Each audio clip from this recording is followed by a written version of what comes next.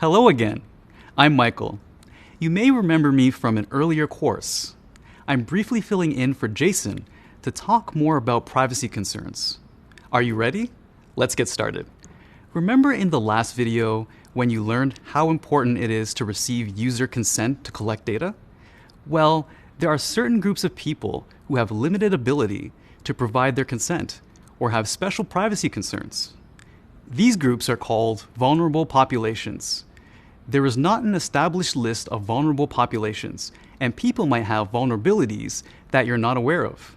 Different populations can be vulnerable depending on the type of research you're doing and the various cultures you're interacting with. Some populations that might be considered vulnerable include minors, people with disabilities, people who are elderly, people who are currently incarcerated, and individuals that are members of the LGBTQIA+ community.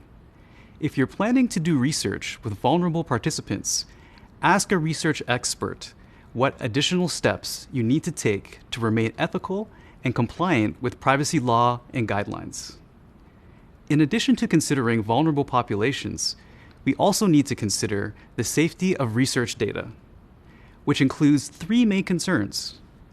The first concern is data recording. It's important to document your study and results in a way that's consistent with UX research standards. Consistent documentation makes it easier to compare the results of any future studies and helps protect you and your company in case of an audit. An audit is a review from an outside party to inspect and verify that research involving people is ethical and follows the study protocol. The second concern is data storage. This is about making sure that your data is held in a way that is safe from hacking and safe from physical damage. The third concern is data retention.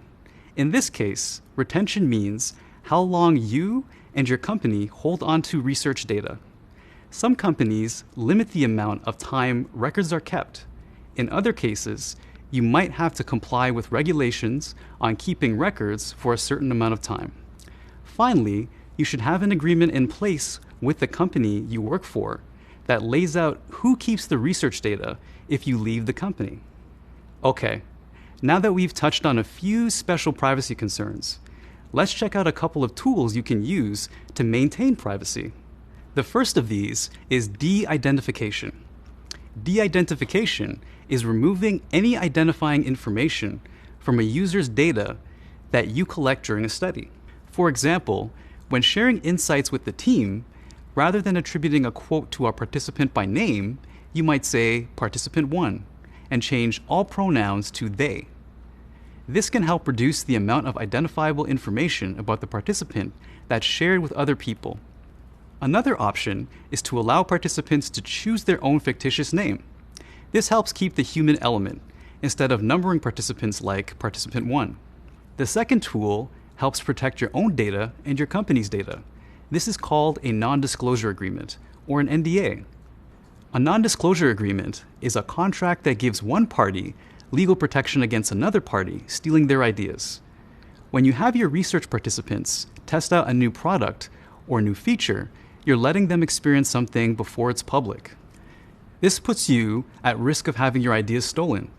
But if you get your participants to sign non-disclosure agreements before your study begins, you then have legal protection against that risk. An NDA is a contract, and if someone breaks that contract, they might have to compensate you for the loss of your idea and any profit you may have lost out on because the idea was stolen. Well, that wraps up our discussion on privacy in UX research. In the next video, we'll quickly recap what we've covered so far in this course.